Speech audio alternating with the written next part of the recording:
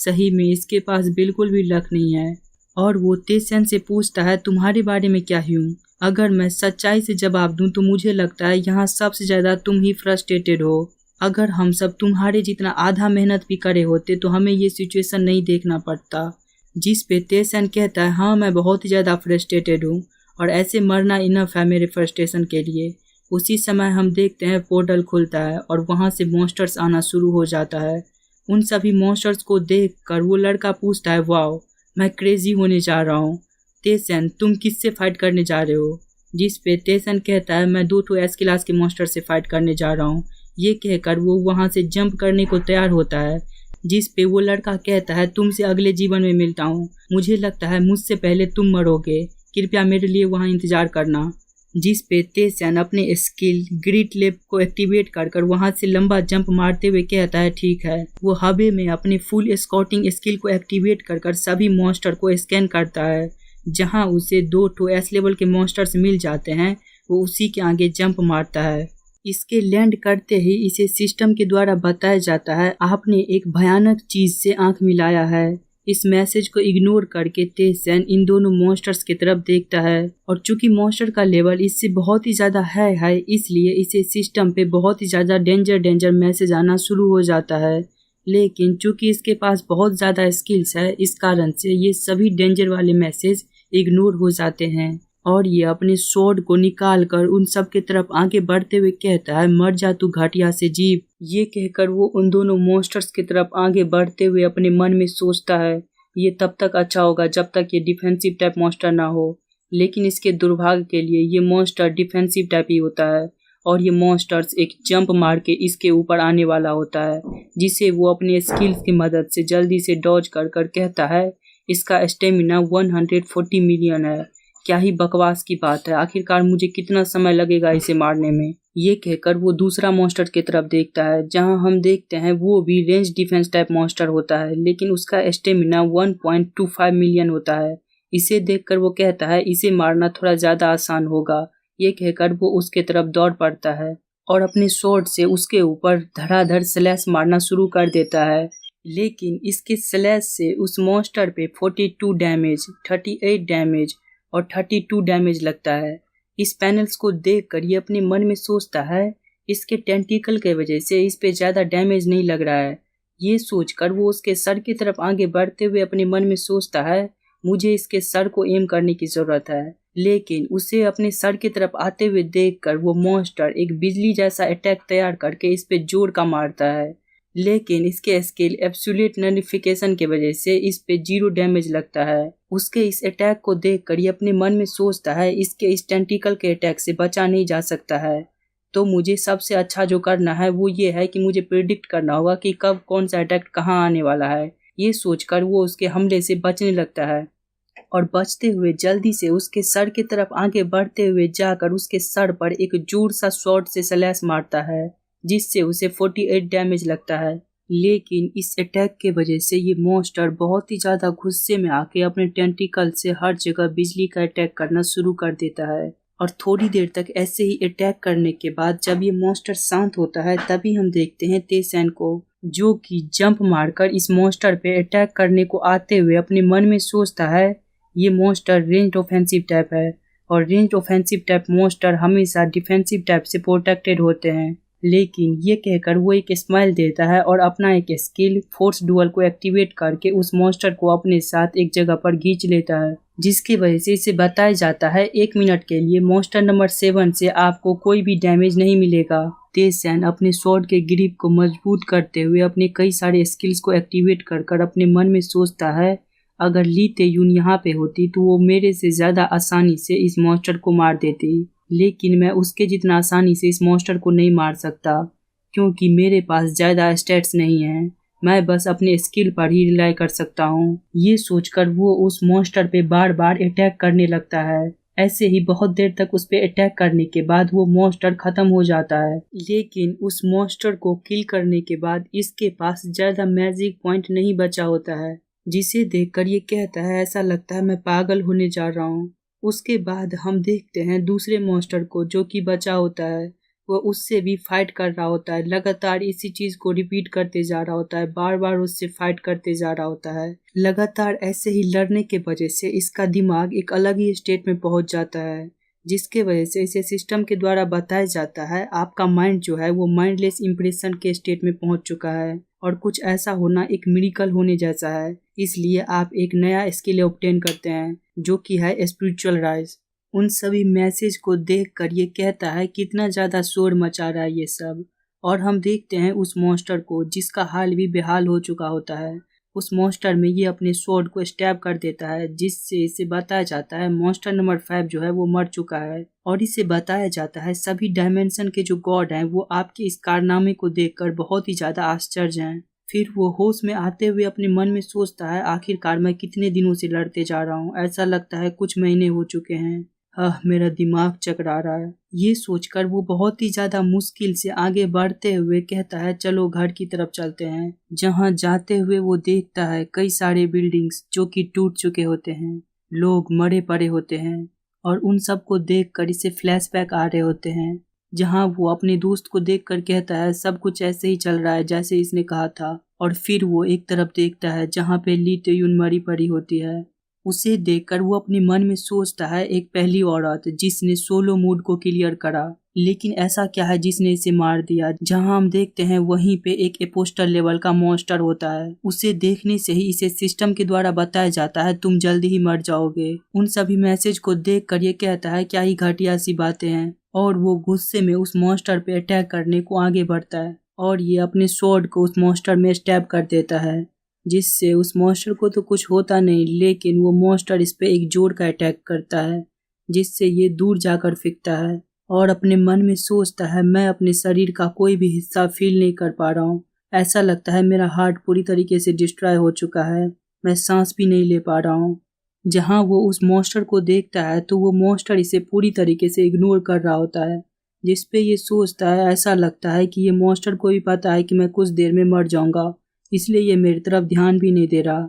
ऐसी हालात में ये पूरी तरीके से निराश होता है। जहां हम देखते हैं एक क्रिएचर को जो कि थोड़े से क्रैक से इन सभी चीज़ों को देख रहा होता है, और तेसेन सोच रहा होता है अगर पास्ट में मैंने बस इजी मूड चूज नहीं करा होता, कम से कम बस मैंने नॉर्मल मूड भी चूज करा होता तो ऐसा एंडिंग नहीं होता।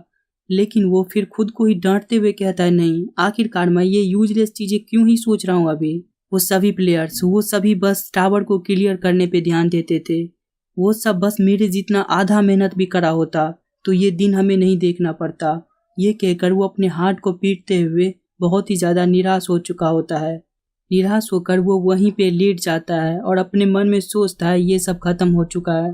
पास्ट में ये मेरा ही चॉइस था इजी मूड को चूज करना, अब किसी पे ब्लेम करने से कुछ नहीं होगा, यहीं पे इंसानियत खत्म होती है। और इसी समय उसका नज़र ली तेयुन के हाथ पे जाता है, जहां वो अपने हाथ में एक ब्लू क्रिस्टल रखी होती है, जो देखकर वो अपने मन में सोचता है आखिरकार ये क्या है, क्या ये क्रिएचर कुछ प्रोटेक्ट करने की कोशिश कर रहा है। ये सोचकर वो उसके तरफ आगे बढ़ने लगता है, जो देखकर वो क्रिएचर भी इस पे अटैक करने को आ रहा होता है। जहां सिस्टम के द्वारा उसे बताया जाता है आपके पास एक लास्ट चांस है, आप कोई सा भी स्किल को बिना किसी रिस्ट्रिक्शन के यूज कर सकते हो। जहां वो अपने स्किल टेम्पोरर पॉज को इस्तेमाल करता है, जिसके कारण 100 मीटर रेडियस में टाइम स्टॉप हो जाता है 2 मिनट के लिए। जो देखकर वो आगे बढ़कर उसके हाथ से उस क्रिस्टल को लेता है। उस क्रिस्टल को टच करते ही इसे सिस्टम के द्वारा बताया जाता है डिवाइन स्टोन जो है वो सभी चीजों को कंट्रोल करता है, इसके मदद से एक व्यक्ति के लिए समय को पीछे किया जा सकता है। जो सुनकर वो उस क्रिस्टल को उठाते हुए अपने मन में सोचता है क्या टाइम को पीछे करना, आखिरकार ये ली तेयुन के पास क्यों है। और उसी समय हम देखते हैं 2 मिनट पास हो जाता है और इसका स्किल खत्म हो जाता है, जहां ये मॉन्स्टर इस पे अटैक करने को आ रहा होता है, जिसे देखकर वो कहता है चलो तुमसे दोबारा मिलता हूँ। ये कहकर वो उस क्रिस्टल को इस्तेमाल करता है, जिससे एक ब्लू कलर की लाइट हर जगह चमकता है।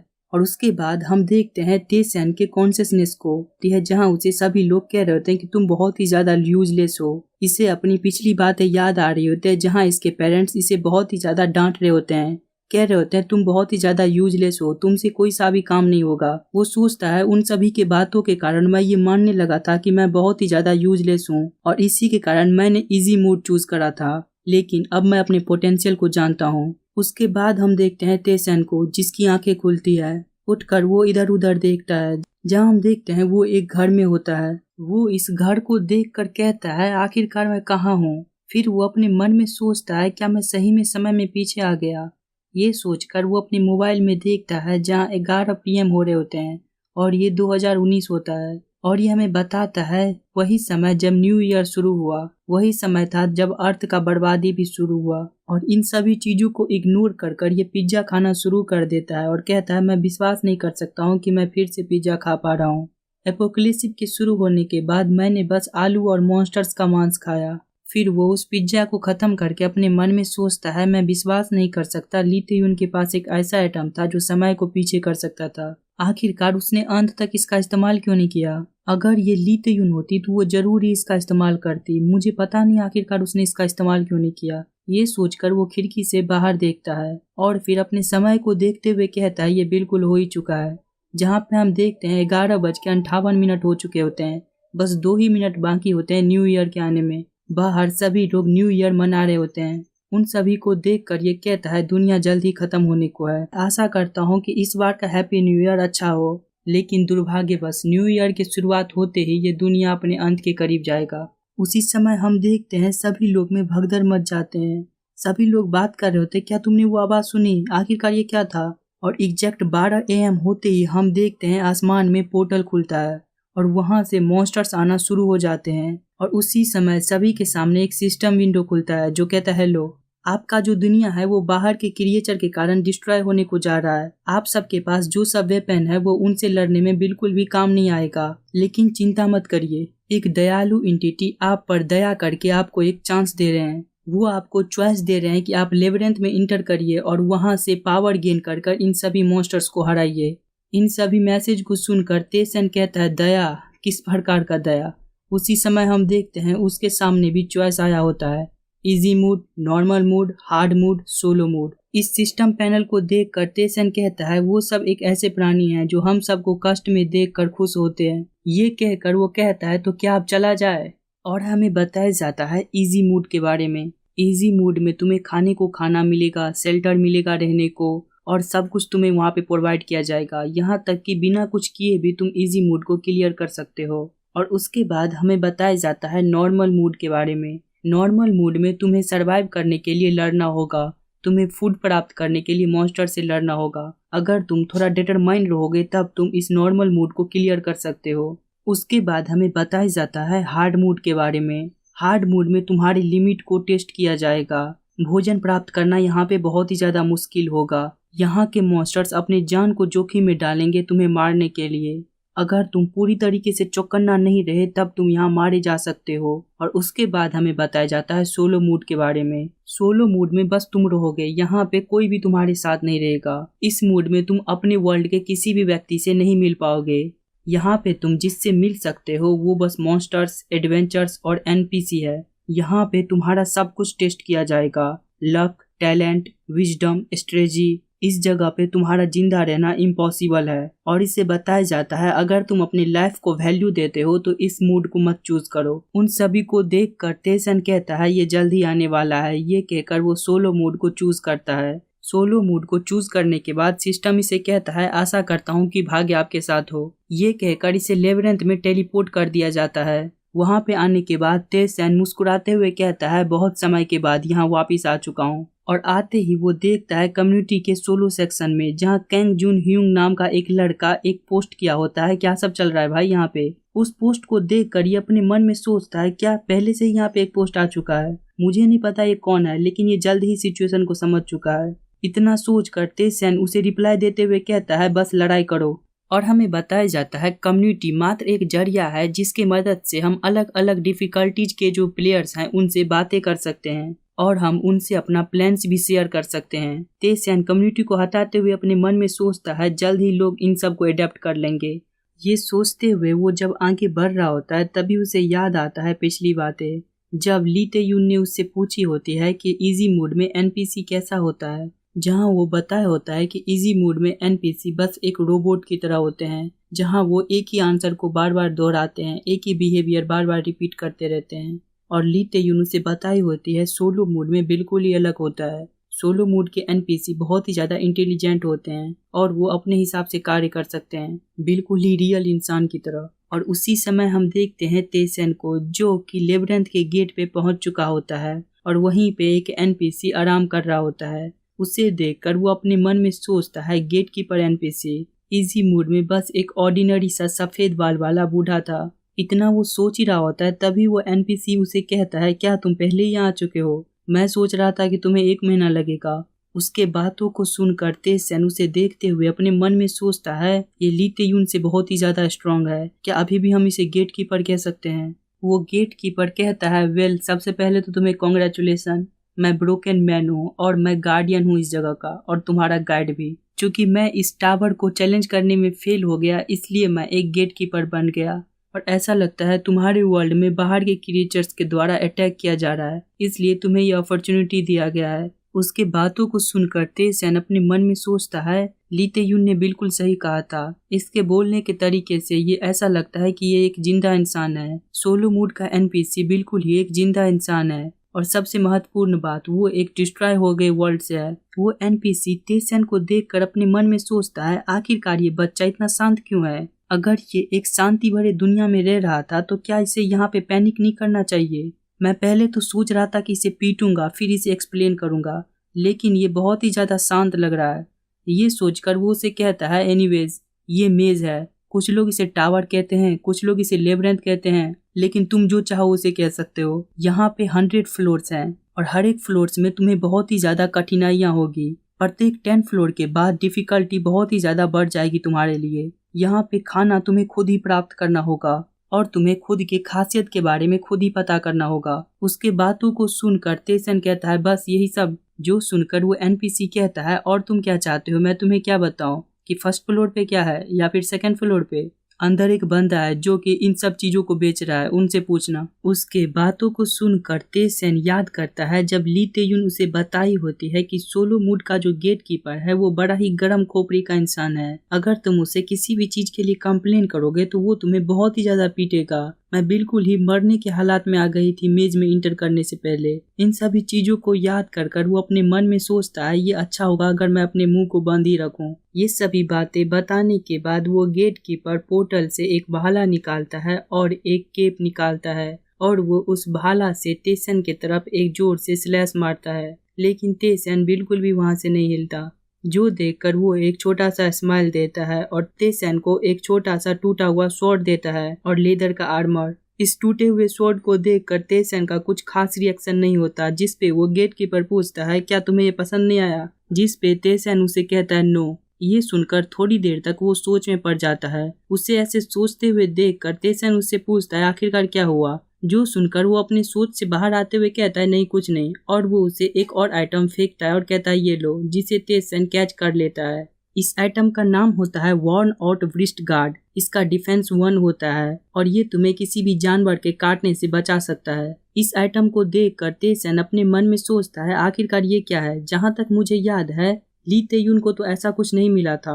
उसके बाद वो गेटकीपर उसे बताता है, बहुत सारे स्किल जो हैं वो ऐड हो जाएंगे जब तुम लेबरेंथ में इंटर करोगे, तो इसे तुम खुद से ही जाकर चेक कर लेना। उसके बातों को सुनकर तेसन कहता है, ठीक है, धन्यवाद, और वो लेबरेंथ में इंटर कर जाता है। उसे जाते हुए देखकर वो गेटकीपर कहता है, गुड लक, और वो अपने मन में सोचता है, क्या वो बंदा मुस्कुरा रहा था? क्या वो मेज में इंटर करने से एक्साइटेड है? फिर वो गेटकीपर सोचता है, एक गेटकीपर होने के नाते मैं बहुत ही ज्यादा जीनियस चैलेंजर सबसे मिला हूँ, लेकिन उनमें से कोई भी इस मेज को कॉन्कर नहीं कर सका। लेकिन अभी मैंने जिस बंदे को देखा उसमें कुछ तो अलग था, कोई टैलेंट या फिर एबिलिटी नहीं, कुछ और ही अलग था इसमें, एक जज्बा जिंदा रहने का। ये सब सोचकर वो आराम से फिर वहीं पे बैठ जाता है और कहता है, मैं आशा करता हूँ कि वो सरवाइव कर सके।